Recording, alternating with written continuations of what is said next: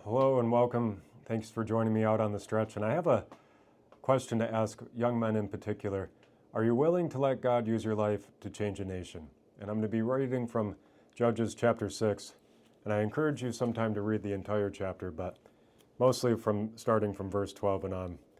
But Israel had been backslidden for quite some time, and it always amazes me how long it would take and how much oppression they would endure until they began to just cry out to God.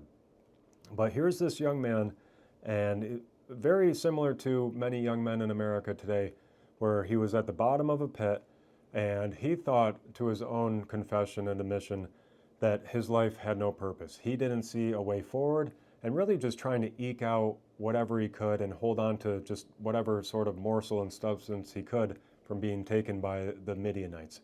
And so this was not, again, to his own confession, a great place to be in. And when you and I are in the bottom of our circumstances, it is nigh impossible to see from heaven's perspective. And also, there was no one else that Gideon had in his life to reach down and say, Gideon, there's hope. And so many young men that I do encounter and see are stuck and wrestle with hopelessness and wondering what is any sort of purpose to my life. And there's a lot of young men in the church who struggle with making decisions, critical thinking, and direction.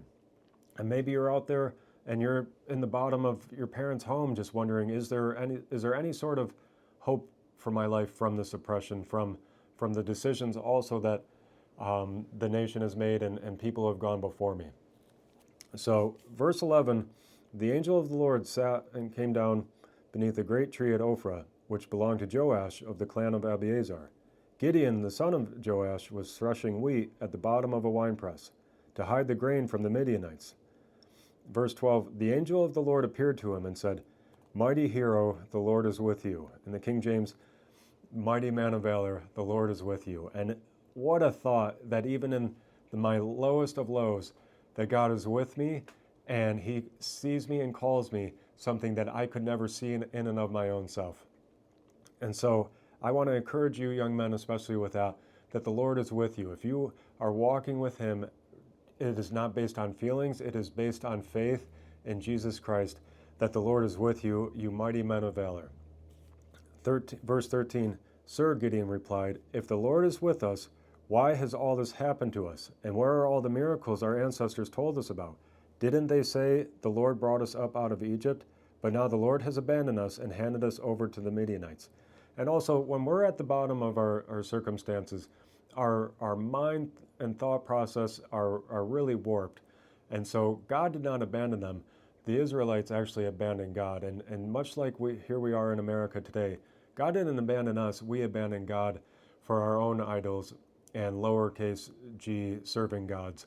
And so if you're wondering, young man, how we got to where we are, look at the history of the church. Look at also the history of how the Lord's dealt with other nations who have known him and served him, but have then abandoned the testimony of the Lord and also did not pass on the testimony of God faithfully to one generation to the next. And the fathers of these Israelites, they were called back in Joshua's time to completely drive out the enemy and not make treaties with them, to not let them dwell in the land, because ultimately the Lord warned them, you will serve their gods.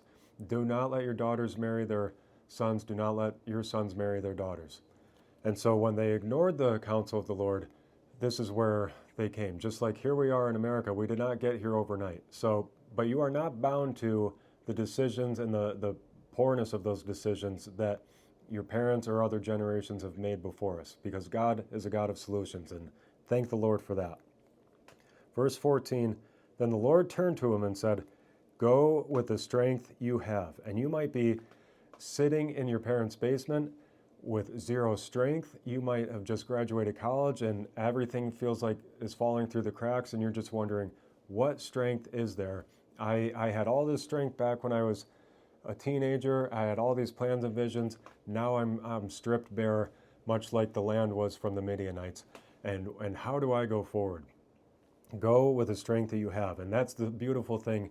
When you and I go with the strength God is giving us, our testimony isn't about us making it happen. It is all about the Lord, and what God did for us, he can do for someone else. But Lord, Gideon replied, how can I rescue Israel? My clan is the weakest in the whole tribe of Manasseh, and I am the least in my entire family. And you might continue to be looking inwardly when the Lord's knocking on your heart saying, I can use your life to change an entire nation if you're just willing to be made willing. Submit to God, and He has a plan for your life. Again, Gideon, though, kept wrestling with this and looking inwardly, thinking, I am the least of the least. And you might be thinking the same thing, but I'm telling you, submit to God and go in the strength and His Spirit that He's giving you, and let the Lord use your life. Who knows? Maybe it is you to change an entire nation.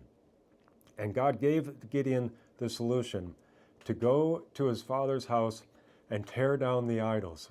And so maybe that's where you are at. Go and do the next thing the Lord's telling you and tear down the idols in your entire home and let the Lord use your life, again, one day at a time, and change a nation. Until next time, see you out on the stretch.